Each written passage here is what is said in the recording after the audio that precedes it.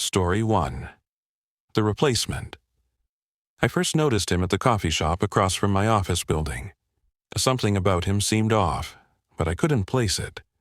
He wore the same style of business casual that everyone else did, ordered the same overpriced latte, even had the same model of laptop. But I kept finding my eyes drawn to him. On Wednesday, he sat at my usual table. When our eyes met, he smiled a perfect, practiced smile that didn't reach his eyes. Then he opened his laptop, and I caught a glimpse of what appeared to be my company's internal dashboard. Thursday, I saw him in our building lobby, speaking with Janet from HR. Their conversation seemed intense, heads bent close together, her nodding at whatever he was saying. When she noticed me watching, she quickly ushered him toward the elevators. Friday morning, my keycard didn't work. The security guard frowned at his screen. "Sorry, sir. According to the system, you don't work here anymore." "That's ridiculous. I've been here 6 years. Call my manager, David Sanders." The guard made the call. David arrived 5 minutes later, flanked by 2 security personnel I'd never seen before. "There's been a misunderstanding," David said, not meeting my eyes. "You need to leave the premises." "David, it's me. We had lunch yesterday. We discussed the Patterson account." Something flashed across David's face: confusion? Fear? Before his expression hardened again. "Sir, I've never had lunch with you. Please leave before we have to escalate this." In the reflection of the security desk's glass, I saw him, the stranger, watching from the elevator bank. He wore my favorite tie, the one my wife had given me for my birthday. I went home in a daze. My key didn't work there either. Through the window, I could see my wife moving around the kitchen. I pounded on the door. When she opened it, the smile fell from her face. "Can I help you?" she asked, one hand reaching for her phone. "Emily, it's me," I said, my voice breaking. Her face showed no recognition. "I'm calling the police." "The photos," I said desperately. "Look at our wedding photos, our honeymoon in Bali." Something like doubt crossed her face. She let me in but kept her distance, phone ready. I rushed to the living room wall where our photos hung. My breath caught in my throat. In every frame, our wedding, our first house, Emily's graduation, standing beside my wife was the stranger, his arm around her waist, his face where mine should be. I heard the front door open. Footsteps. "Honey," called a voice, my voice from the entryway. "Is everything okay? I forgot my phone this morning." Emily's eyes widened in relief. "In here," she called. "There's someone you should see." He walked in, the stranger, wearing my clothes, my watch, my life. He stopped when he saw me, but only for a moment. Then he smiled, that empty smile. "Who are you?" he asked calmly, moving to stand beside Emily. His hand found hers with practiced ease.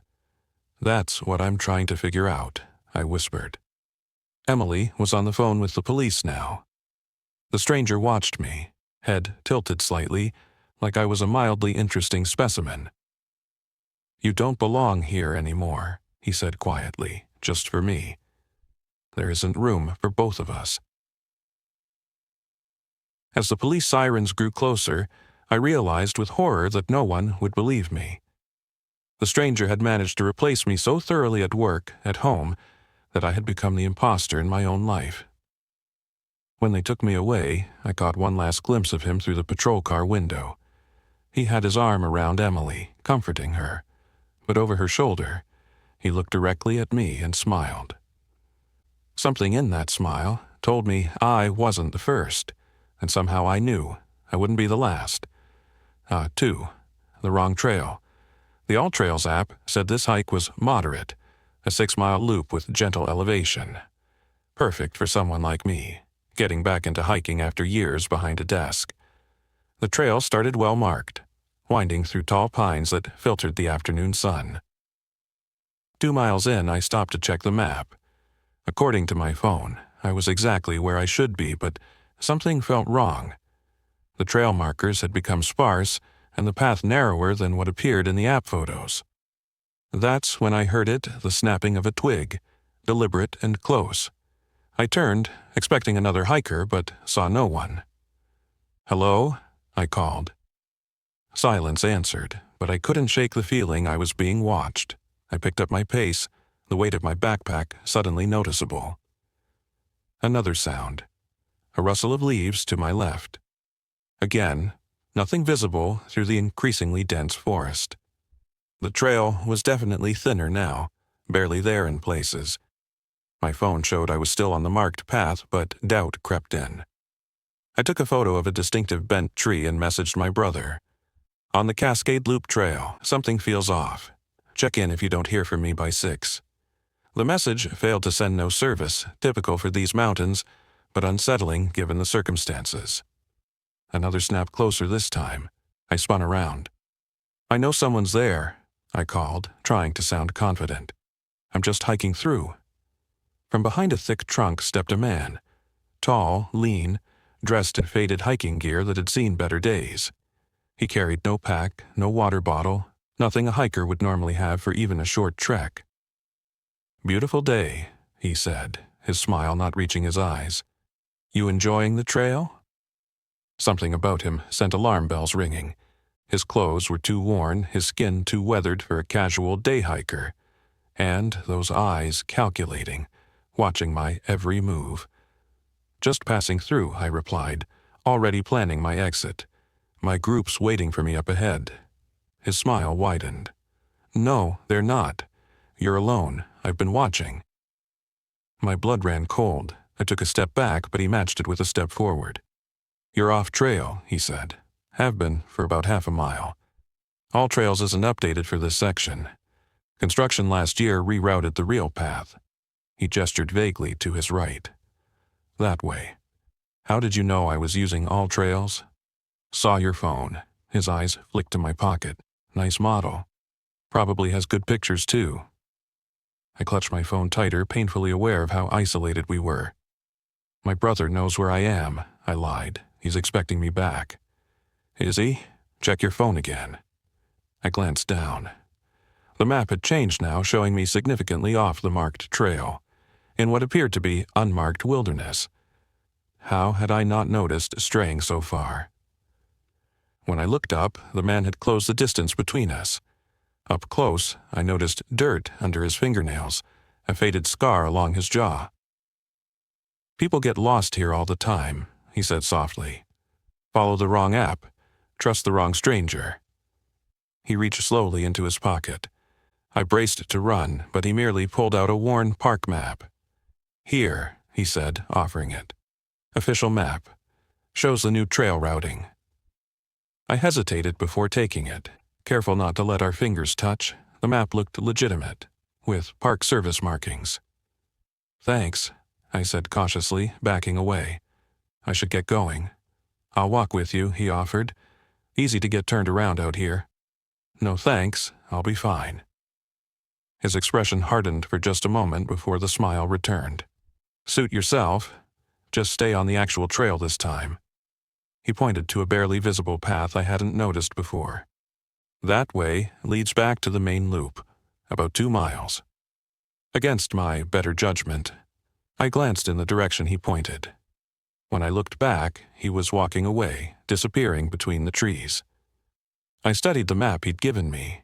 It seemed genuine, but something caught my eye. Tiny X marks drawn in faded pencil at various off-trail locations. One was precisely where we'd been standing. My phone vibrated service, briefly. 3 new notifications appeared. Park alert. Cascade Loop, trail closed for maintenance. Hiker missing. 3rd disappearance, this month. Message from Ranger Station. All hikers return to trailhead immediately. The service disappeared before I could respond.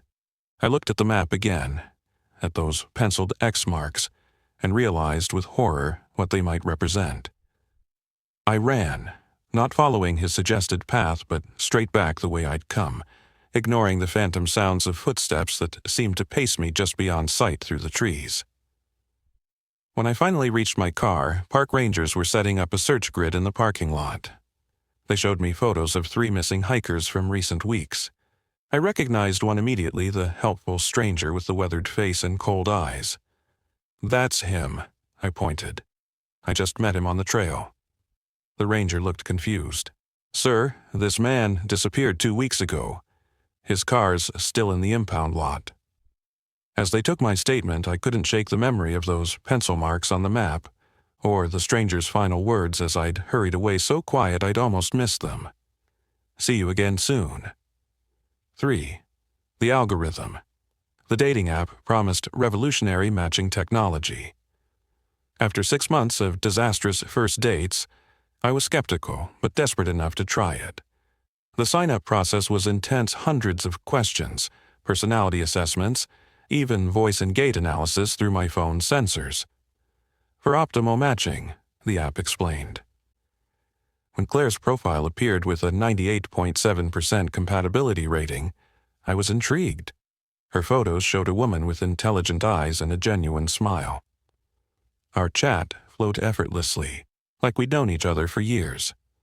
By the end of the week, we'd arranged to meet at a small Italian restaurant downtown. I arrived early, nervously adjusting my collar when my phone buzzed with a notification from the dating app. "Analyzing location data, your match is approaching. Heart rate elevated. Conversation suggestions ready." I frowned. I didn't remember giving the app permission to monitor my vitals, but before I could check the settings, Claire walked in. She was exactly as her photos had promised, warm smile, keen eyes that crinkled slightly at the corners. The conversation flowed naturally, with none of the awkward pauses that had plagued my previous dates. It felt almost scripted in its perfection, each topic seamlessly transitioning to the next. "It's strange," Claire said over dessert. "I feel like I've known you forever." My phone vibrated. A notification. Response suggestion. I was just thinking the same thing. I ignored it, unsettled. "How are you finding the dating app?" I asked instead. Claire's smile flickered almost imperceptibly. "It's been effective, though the permission settings are quite invasive." My phone buzzed again. "Caution. Topic may reduce match engagement by 28%. Throughout the evening, the notifications continued suggesting topics when conversation might lag, warning against certain questions, even analyzing Claire's pupil dilation and vocal tone to gauge her interest. By the end of the night, I felt less like I'd been on a date and more like I'd participated in some elaborate social experiment. Still, I couldn't deny the chemistry between us. When Claire suggested a second date, I agreed immediately. Over the next few weeks, we became inseparable. The app notifications became less frequent, as if satisfied with its handiwork. Claire was everything I'd been looking for: intelligent, kind, with just the right amount of challenging perspective to keep me on my toes. One night, after dinner at my place, Claire went to the bathroom. Her phone, left on the coffee table, lit up with a notification. I shouldn't have looked, but something compelled me. It was from the dating app. Relationship progressing optimally, attachment indicators strong. Proceed to phase 2. A cold feeling settled in my stomach. When Claire returned, I casually asked about the app's phases. "Phases?" she echoed, her expression blank for just a moment before her easy smile returned. "Oh, they probably mean premium subscription tiers." That night, I couldn't sleep. While Claire dozed beside me, I downloaded my data file from the app. What I found chilled me, not just my responses to their questionnaire, but thousands of data points collected from my phone, my browser history, my purchasing patterns, voice recordings I never agreed to. Deeper in the files was a folder labeled Subject 3291 Match Optimization. Inside were detailed analyses of my psychological profile, notes on my exploitable attachment patterns, and a relationship progression timeline that had predicted, with disturbing accuracy, every milestone Claire and I had reached. Most unsettling was a document titled Intervention Protocols Strategies for Claire to Deploy if I Showed Signs of Disengagement. It read like an actor's script, complete with emotional prompts and contingency responses. The next morning, I watched Claire preparing breakfast in my kitchen, wondering if anything about us was real. Had every moment been calculated? Every meaningful exchange engineered? "Everything okay?" she asked, noticing my silence. You seem distant. My phone buzzed. The notification read, Subject exhibiting awareness indicators. Implement containment protocol. I'm fine, I lied, just tired. Two could play this game. I began my own investigation, noting inconsistencies in Claire's stories, tracking the app's notifications against her behaviors. The pattern became clear. Claire wasn't just using the app. She was working for it, or something worse. When I tried to delete my account, I found it impossible. Customer service replied with generic responses that resolved nothing. Other users I reached out to on forums seemed oddly defensive of the app, their responses nearly identical in structure if not in content. One night, Claire left her laptop open while taking a call outside. I found emails between her and someone called Research Lead discussing my promising response patterns and deep integration potential. When she returned, I confronted her. What exactly am I to you? An experiment, a test subject. The warmth drained from her face. She picked up her phone, tapped something, and my own phone immediately died. You weren't supposed to become aware yet, she said, her voice now flat, clinical. Most subjects remain comfortably ignorant throughout the entire compatibility conditioning process. Conditioning. What are you doing to me? Not to you, Claire corrected. With you. The algorithm doesn't just find compatible matches, it creates them, reshapes behavioral patterns, reinforces desired responses, eliminates relationship friction. That's insane, I whispered, and illegal. It's the future, she countered. And you agreed to it all in the terms of service. I moved toward the door, but my legs felt suddenly heavy, my thoughts foggy. I realized with horror that I'd drank the tea she'd made earlier. Don't worry, Claire said, catching me as I stumbled. Memory suppression is standard procedure for cases like yours. By tomorrow, you'll have forgotten this conversation. We'll start phase 2 again, with some minor adjustments. As consciousness faded, I heard her speaking into her phone. Subject 3291 experienced premature awareness. Implementing reset protocol. Requesting new behavioral parameters for the next iteration. The last thing I remember thinking was how many iterations had come before this one, and whether anything I felt was ever truly mine. 4. The night shift. The warehouse job wasn't glamorous, but it paid well for night shift work.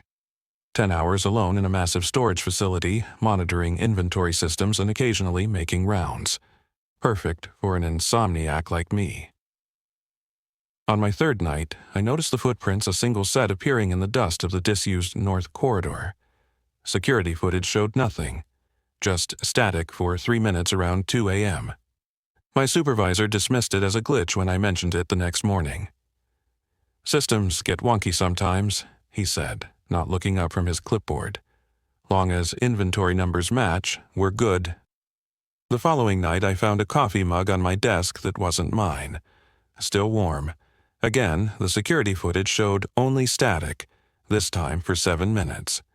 I changed the passwords on the monitoring system and installed a personal camera app on my phone. That night, my phone camera caught what the security system missed: a man, tall and thin, slipping through the loading bay door at precisely 2:13 a.m. He moved with the confidence of someone familiar with the space, heading directly to the break room, then my office, then disappearing into the north corridor. The security footage for those same 20 minutes, static. I took the video to my supervisor. He watched it without expression, then sighed. You weren't supposed to notice yet, he said. Most don't, not for months. Notice what? Who is he? We call him the Nightman. Been coming for years, before my time even. And you just let him? A complete stranger wandering around private property? My supervisor's laugh was hollow. We tried stopping him. Hired guards. Changed locks. Nothing works. He always gets in. Have you called the police? Many times. They come, take reports, find nothing. Once they stationed an officer overnight. The footage shows the officer sitting alone all night. But in the morning, officer has no memory of the last 3 hours of his shift. and inventory showed 3 missing crates. I should have quit then. Any sane person would have. But morbid curiosity kept coming back, that, and the inexplicable pay increase that appeared in my next check. I began logging the nightman's visits, always between 2 and 3 a.m., always moving with purpose. Sometimes he brought things in unmarked packages that disappeared into the North Corridor. Sometimes he took things out selecting specific inventory with practiced efficiency. One night, I found a note on my desk, handwritten in precise block letters. Curiosity is admirable, interference is not, we can coexist. I left a response. What are you doing here? The next night, his reply waited on my keyboard. The same as you, working. This bizarre correspondence continued for weeks. His answers were always cryptic, always in the same block capitals. When I asked who he worked for, he responded, "You wouldn't recognize the name." When I asked why he came at night, fewer witnesses. Against my better judgment, I began to anticipate his visits, our strange written exchanges. There was something almost comforting in the routine, knowing I wasn't completely alone in the cavernous warehouse. Then came the night everything changed. I arrived to find the office ransacked, my logging notebook missing. The security system hadn't just experienced static, it had been completely disabled. A new note waited on my desk. Others have noticed, not like you, dangerous. Be careful. That shift, I jumped at every sound, constantly checking my phone camera. Just after 2 a.m., the loading bay door opened, but it wasn't the nightman who entered. 3 men in tactical gear moved through the warehouse with military precision, weapons drawn. My phone buzzed with a text from an unknown number. North Corridor, Storage Unit 37, code 4421. Hurry. Against all logic, I went. Storage Unit 37 was one I'd never accessed, requiring special clearance. The code worked. Inside was a narrow passage leading to a room filled with monitors showing camera feeds not just from our warehouse, but from buildings throughout the city. The nightman waited inside, his face obscured by shadows. "They're not here for me," he said, his voice surprisingly normal. "They're here for you." "Me? Why?" "Because you've seen too much. Because you ask questions. Because you might realize what this place really is." On the monitors, I watched the armed men methodically searching the warehouse, getting closer to the North Corridor. "What is this place?" I asked. "A waypoint," he replied. "One of many. Things come in, things go out.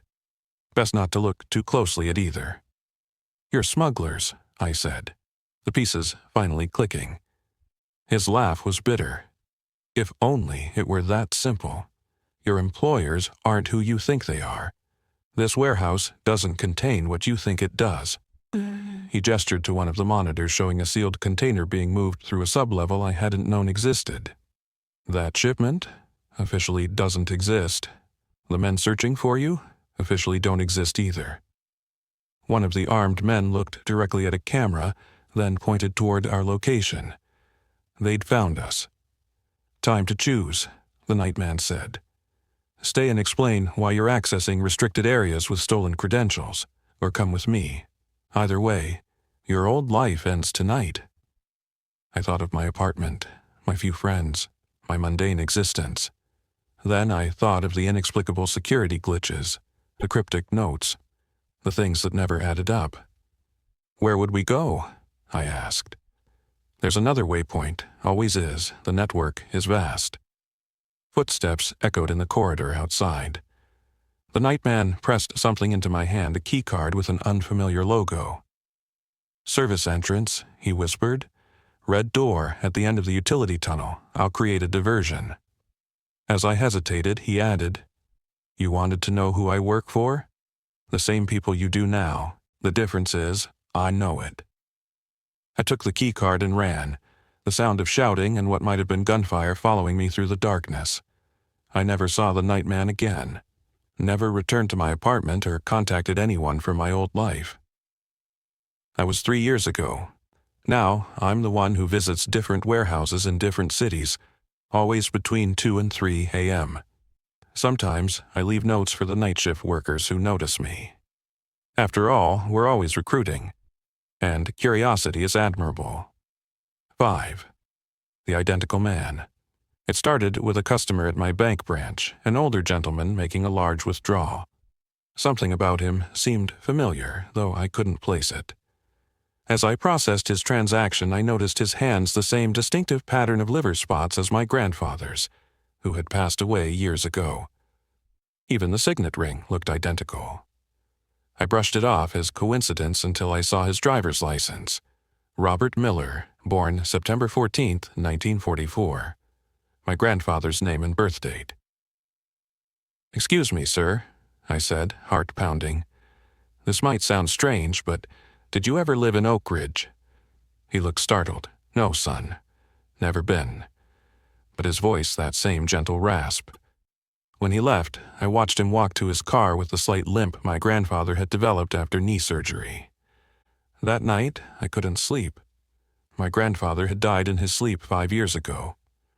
I'd identified the body myself. Yet this man was identical in every way, down to the small scar above his right eyebrow. The next morning, I called my mother. "Mom, this is going to sound crazy, but is there any chance Grandpa had an identical twin?" "What?" "No, honey, he was an only child." "Why?" I couldn't bring myself to explain. How do you tell someone you think her dead father is alive and using a name that isn't quite right? 2 days later, the man returned to the bank. This time, he requested access to his safe deposit box. As bank policy required, I escorted him to the vault.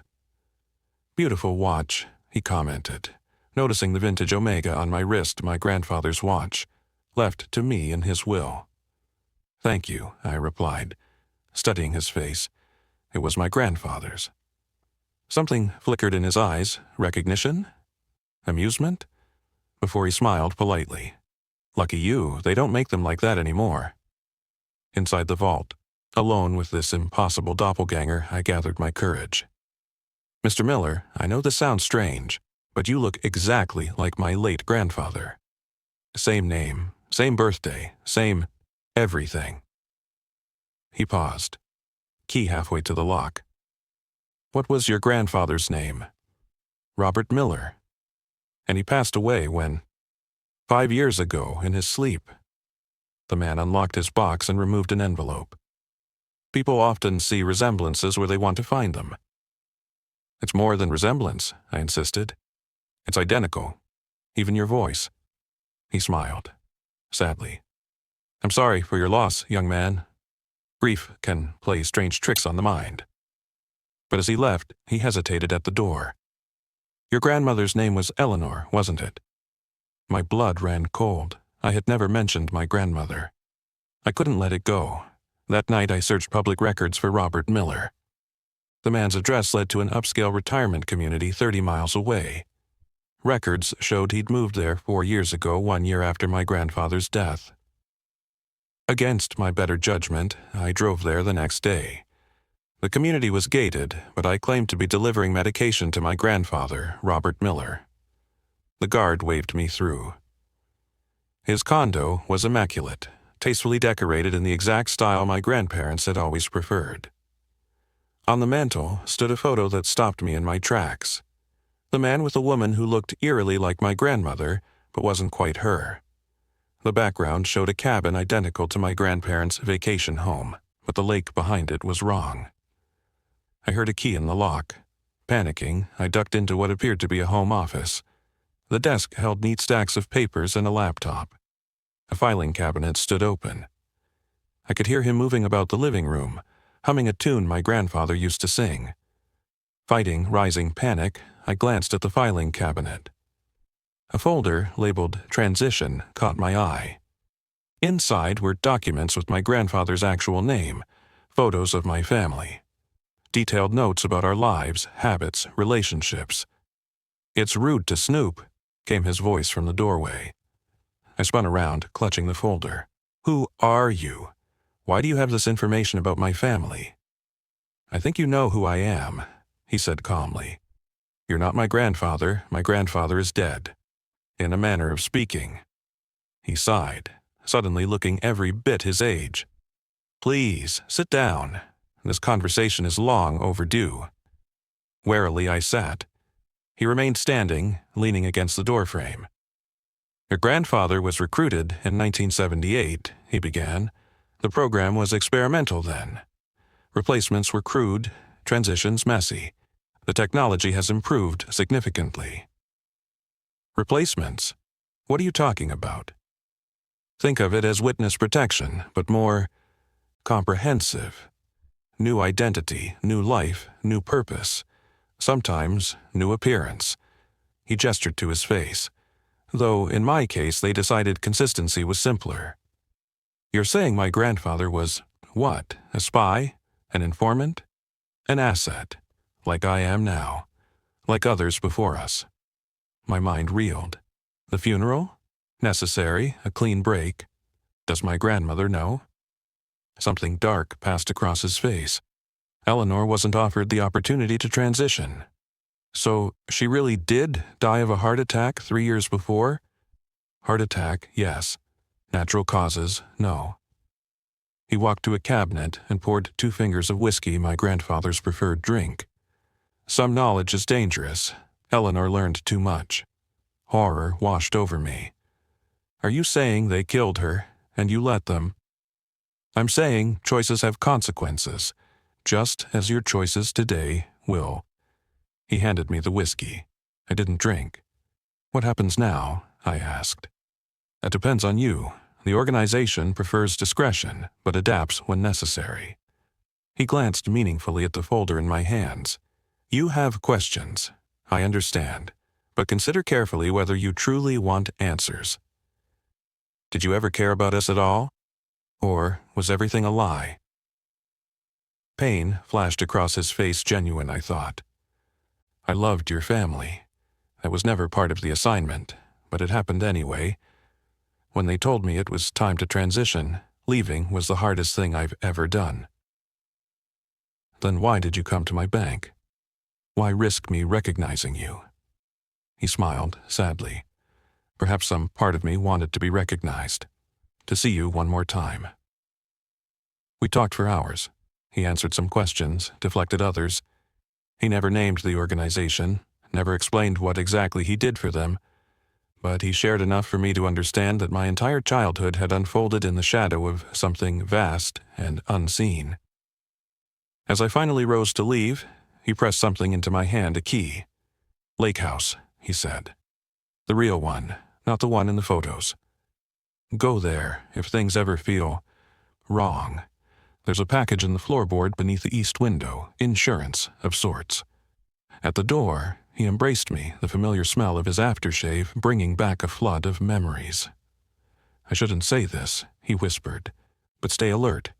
They'll be watching you now. They may already have plans for you. Why would they care about me? Because recruitment often runs in families, and you've just shown remarkable investigative initiative. As I drove home, I noticed a sedan that seemed to take all the same turns I did. Probably nothing, probably paranoia. But I keep the key with me at all times now, and sometimes at work I notice customers who look vaguely familiar, like aged versions of people I once knew who supposedly moved away or died years ago. They always ask for me specifically. They always have perfect identification, and they always watch me a little too closely, as if assessing my potential. 6. The perfect tenant. When the ad for a room in my apartment building specified quiet, clean, professional, I didn't expect someone like him to respond. Martin was immaculately dressed, soft-spoken, with impeccable references and cash for 3 months' rent up front. The ideal tenant, especially compared to the parade of students and shift workers who had previously expressed interest. I travel frequently for work, he explained during the viewing. You'll hardly know I'm here. I should have been relieved. The extra income would cover my recent car repairs, and Martin seemed like he'd be no trouble at all. Yet something about his careful politeness left me uneasy. It felt rehearsed, like he'd studied how to appear non-threatening. He moved in on a Tuesday. One small suitcase, no furniture, no personal items beyond a laptop and what looked like a medical bag. When I offered to help him bring in the rest of his belongings, he smiled thinly. "This is everything. I prefer to travel light." That first week, true to his word, he was barely noticeable. He left early, returned late, and made no sound in between. No TV, no music, no visitors. The only evidence of his presence was the faint smell of antiseptic that began to permeate the apartment. "Hospital work?" I asked one rare evening when we crossed paths in the kitchen. "Something like that," he replied, not elaborating. I might have let it go if not for the noises that began the second week, scratching sounds from his room late at night, followed by what sounded like muffled whimpering. When confronted, Martin attributed it to restless sleep. "Night terrors," he explained smoothly. "I should have warned you. My apologies." The third week brought the power outage. Just his room, not the whole apartment. I offered to check the breaker, but he declined firmly, almost panicking at the suggestion I might enter his space. "I've called an electrician," he said, blocking his doorway. Behind him, I caught a glimpse of what looked like plastic sheeting on the floor before he closed the door. That night, I heard voices from his room. Martin's and another weaker voice I didn't recognize. The power came back on around 3 a.m., accompanied by a brief, high-pitched sound that might have been equipment powering up, or something else entirely. The next morning, a delivery arrived, a large cooler requiring refrigeration, marked "Medical Specimens Perishable." Martin intercepted the package before I could ask questions, but not before I noticed the return address, a cryogenics facility 3 states away. I began documenting everything. Martin's comings and goings, the deliveries, the night sounds. I installed a small camera in the common area which captured him carrying garbage bags to his car at 4 a.m., returning empty-handed an hour later. Once, the bag leaked a dark fluid on our hallway carpet. He cleaned it meticulously, but under ultraviolet light, traces remained that glowed a telltale blue-white luminol reactive, like blood. I debated calling the police, but hesitated. What actual evidence did I have? A quiet tenant with odd hours and medical deliveries could easily be explained. Perhaps he was a researcher bringing work home, or had a condition requiring specialized care. Then came the smell, subtle at first, then increasingly difficult to ignore. A sweet rotting odor that seemed to emanate from his room's air vent. When I mentioned it, Martin apologized profusely. "A specimen spoiled," he explained. "I've disposed of it." That night, I heard a sound that haunts me still, a wet, gurgling moan, followed by Martin's voice speaking in soothing tones. "Almost there. Just a little longer." I couldn't sleep. Around dawn, I heard his door open, followed by the front door. Through my window, I watched him load a heavy trash bag into his trunk and drive away. It was now or never. Using the landlord's key I'd kept when subletting the apartment, I entered Martin's room. The smell hit me immediately, chemical antiseptic barely masking organic decay. The room had been transformed. Plastic sheeting covered the walls and floor. A hospital-grade lamp stood in one corner. A table held medical instruments I didn't recognize, alongside vials of cloudy fluid. A small refrigerator hummed in the closet. Most disturbing was the bed. Fitted with restraints and lined with absorbent pads, it bore dark stains that no amount of cleaning could fully remove. A chart hung nearby with vitals tracking and what appeared to be gradient measurements of tissue rejection. I was photographing everything with shaking hands when I heard a noise behind me. "You shouldn't be in here," Martin said quietly. I spun around. He stood in the doorway, medical bag in hand, expression calm despite the violation of his space. "What is all this?" I demanded, trying to sound braver than I felt. "What are you doing in here?" "Research," he replied simply. "Self-directed. The institutions have too many ethical constraints." "Research on what? Who?" His smile was almost sad. "The continuation of consciousness. The persistence of identity through physical transformation." He set down his bag and removed his jacket with methodical precision. Most subjects don't survive the adaptation process. The body rejects the foreign components, or the mind fractures from the strain. He rolled up his sleeve, revealing an arm crisscrossed with surgical scars. I've been more successful experimenting on myself, but progress is limited. I edged toward the door. I'm calling the police. They were here last month, he said casually. Detective Ellison, missing persons case. I showed him my credentials, my research permits. He left satisfied. What credentials? The ones that matter, from people who understand the importance of my work. He opened his medical bag. I wasn't planning to involve you. You've been an excellent landlord, unobtrusive, incurious. Until now. I'll go, I said quickly. I won't say anything. I believe you, Martin nodded. But now that you've seen, you might notice other things. The delivery schedule, the disposal runs, the occasional sounds. He removed something from his bag, a syringe filled with amber fluid. This would have been ready for human trials next month, he sighed. You're forcing an accelerated timeline. I ran, made it halfway down the hall before something struck the back of my head. I woke strapped to the bed, Martin meticulously preparing an IV. The process takes approximately 6 days, he explained, as if discussing a routine medical procedure. The initial integration is the most painful. After that, the nerve endings gradually die off as the new tissue establishes dominance. He held up a small jar containing something pale and writhing. The host organism is remarkably adaptable. It will begin by replacing non-essential tissue, then gradually work inward to vital organs. Please, I begged, don't do this. Consider it an honor, he said, inserting the needle into my arm. The previous subjects were random selections. You'll be the first I've chosen specifically.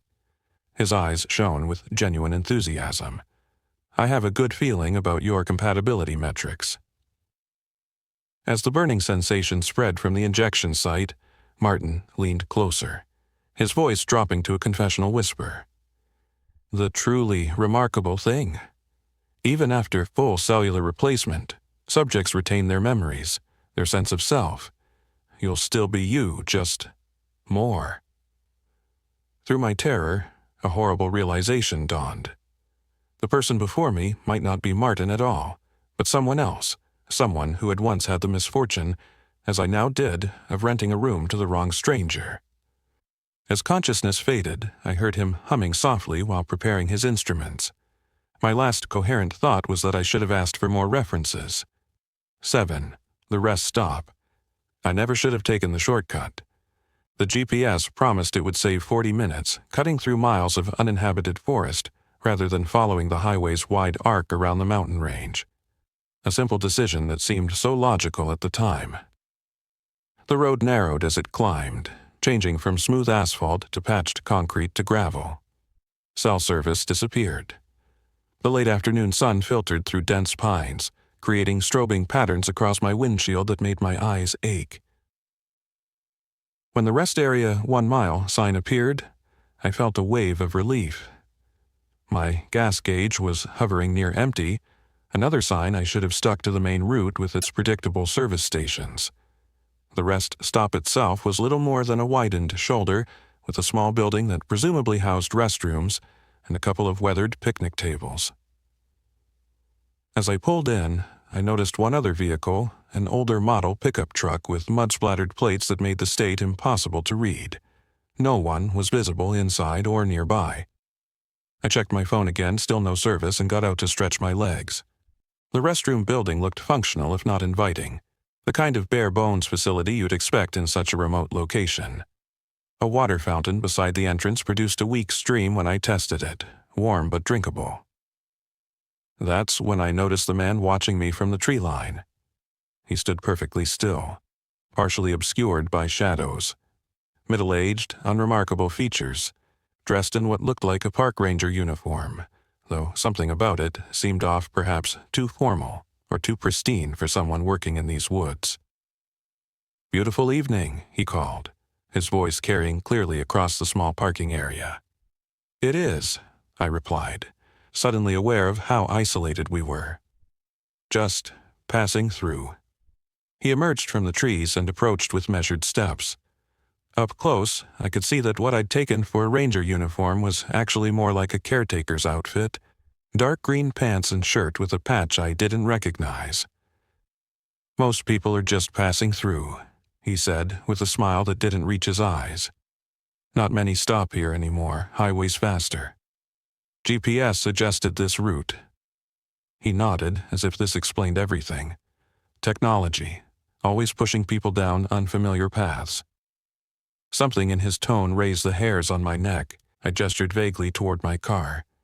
"Well, I should get going. Want to reach town before dark." "Town's still a good stretch away," he said. "And your gas is running low. I noticed when you pulled in." I hadn't mentioned my fuel situation. Had he been watching that closely? "I'll make it," I said with more confidence than I felt. "There's a station about 15 miles ahead," he offered. "But they close at 6 on Sundays." I checked my watch, 5:40 p.m. I could make it if I left immediately. "Thanks for the tip," I said, taking a step toward my car. "Course, that's if you take the right fork up ahead," he added. Left fork's shorter on the map, but the road washed out last spring. Not been repaired, no signs either, budget cuts. He shook his head regretfully. Lot of city folks get stranded that way. I hesitated, caught between growing unease and practical necessity. "Right fork. Got it." "Happy to lead you there," he suggested. "I'm headed that direction anyway." "That's very kind, but—" "No trouble," he interrupted, already walking toward the pickup truck. "Always like to help visitors. Gets lonely out here otherwise." As he walked away, I noticed something I'd missed before: a dark stain on the back of his uniform shirt, just below the shoulder blade. Something about its shape and spread pattern triggered a visceral recognition. Blood. I waited until he'd reached his truck before making a decision. Every instinct screamed danger, but I also knew my fuel situation was precarious, and night was approaching in unfamiliar terrain with no cell service. "I'll follow you to the gas station," I called. "Appreciate the help." His smile widened. Excellent choice. As we pulled out of the rest stop, I kept a good distance between our vehicles. The road continued to twist through increasingly dense forest, the late afternoon light struggling to penetrate the canopy. We passed the fork he'd mentioned unmarked, just as he'd said, and continued on the right branch. 10 minutes later, he suddenly slowed and put on his blinker, pulling onto a narrow dirt track I would have missed entirely. He rolled down his window and gestured for me to follow. "Shortcut," he called back. "Cuts off another 5 miles. This wasn't part of the agreement." "I'll stick to the main road," I replied. His expression darkened momentarily before the smile returned. "Suit yourself, but you'll be running on fumes before you reach civilization." With that, he accelerated down the side path and disappeared among the trees. I continued on the main road, gripping the steering wheel tightly, watching my gas gauge with growing anxiety. After another 20 minutes of driving, I was genuinely concerned about making it anywhere. That's when I spotted the gas station, an ancient-looking place with a single pump, but gloriously real. As I pulled in, a weathered old man emerged from the small building. "You made good time," he remarked. "Usually takes folks longer to find us their first trip through." Relief washed over me. Almost didn't, running on empty. "Let me guess," the old man said, beginning to pump my gas. "Met a fella at the rest stop? Offered to show you a shortcut?" My blood ran cold. "How did you know?" He shrugged. "Happens every few weeks. Always the same story." "Who is he?" "Used to be the caretaker at the rest stop. 30 years ago now." The old man paused, seeming to consider how much to share. "Story goes, he'd direct travelers down that side road as shortcut. Most were never seen again."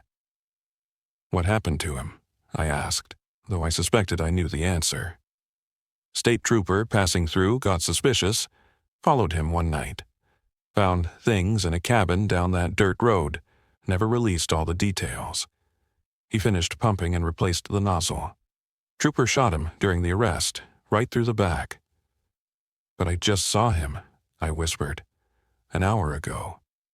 The old man didn't seem surprised. Lot of folks do, especially when they're alone, low on gas, no phone service. He tapped my car roof. You're one of the lucky ones who didn't follow him off the main road. As I paid for the gas, a thought struck me. If you know about him, why hasn't anyone closed that rest stop? Put up warnings? Oh, they have. Many times. He pointed to a faded notice board beside the gas station door, where I could see a yellowed warning about a dangerous section of road being closed. Signs, barricades, they never last. What do you mean? By morning, they're gone. Road crews put up barricades. Next day, they vanished. Same with the rest stop. States demolished that building 3 times I know of. Always back within a month, exactly the same. He handed me my change. My advice? Get to town before dark, and next time, stick to the highway. I drove the remaining distance in a daze, checking my rearview mirror constantly. When I finally reached my destination and checked into a motel, I researched the area online. There were old news reports about a series of disappearances in the 1980s, a manhunt, a shootout with a suspect described as a maintenance worker. But according to official records, the rest stop where I'd met him had been decommissioned and demolished in 1993. I've taken the main highway ever since, even when my GPS insists on the shortcut. Sometimes, especially when driving alone at dusk, I check my mirrors and catch a glimpse of an old pickup following a discreet distance there one moment, gone the next when I look again. And occasionally, my GPS will suddenly recalculate, trying to direct me back to that mountain road, even when it's clearly the longer route. I've learned to ignore it. Some shortcuts aren't worth the time they save. Thank you for watching. Please subscribe for more horror stories on Moonlit Scarecrow.